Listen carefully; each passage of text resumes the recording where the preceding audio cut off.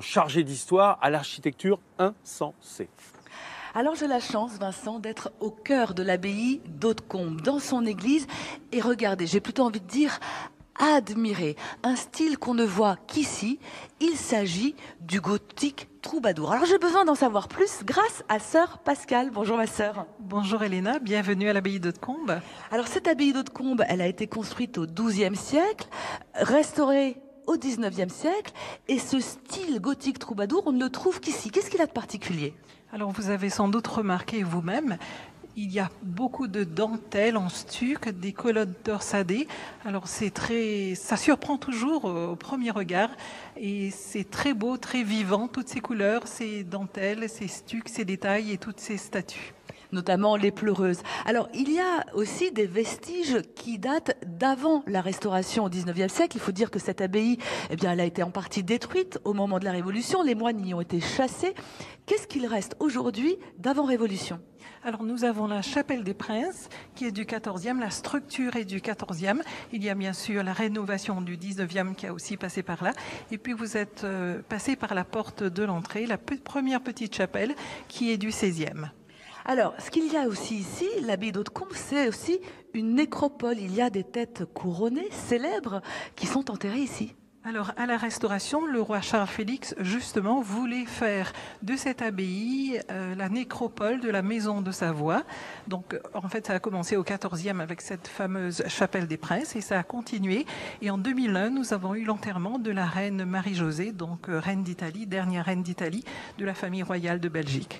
Et alors, vous avez aussi quelques traces d'autres célébrités, notamment sur les murs de l'église. Oui, alors nous avons le célèbre, notre poète préféré dans le coin, Lamartine, qui a gravé son nom à l'arrière du mur de l'église. On comprend pourquoi il pourquoi il aimait venir ici à l'abbaye d'Hautecombe. Lamartine qui a en fait un séjour à Aix-les-Bains, qui est tombé amoureux. Et c'est ici qu'il a écrit l'un de ses plus beaux poèmes, Le Lac. Et de recueillement. Effectivement, Vincent, cette abbaye d'Hautecombe de 900 ans n'est pas une vieille dame réservée qu'aux touristes. Bien au contraire, c'est un lieu de vie et on en parle avec sœur Pascale. Sœur Pascale, je vous retrouve.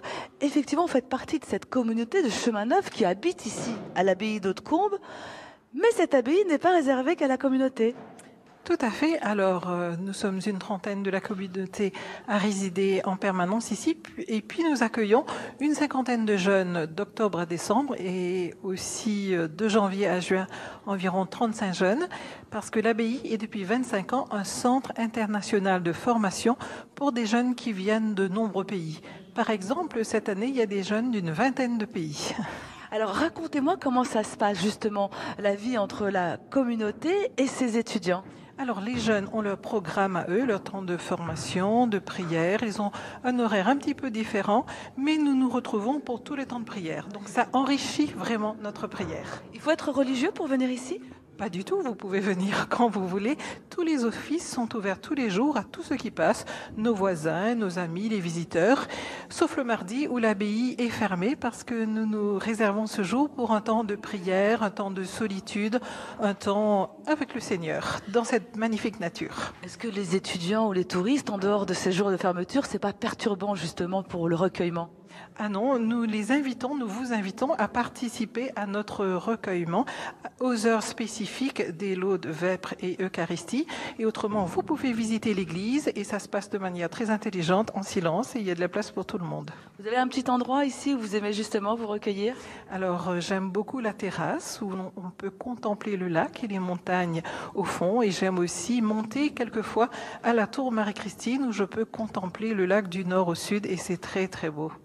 Vous le voyez, cette abbaye d'Hautecombe ici à Saint-Pierre-de-Curtille est absolument incontournable pour les amoureux de spiritualité, d'architecture, de nature ou d'histoire.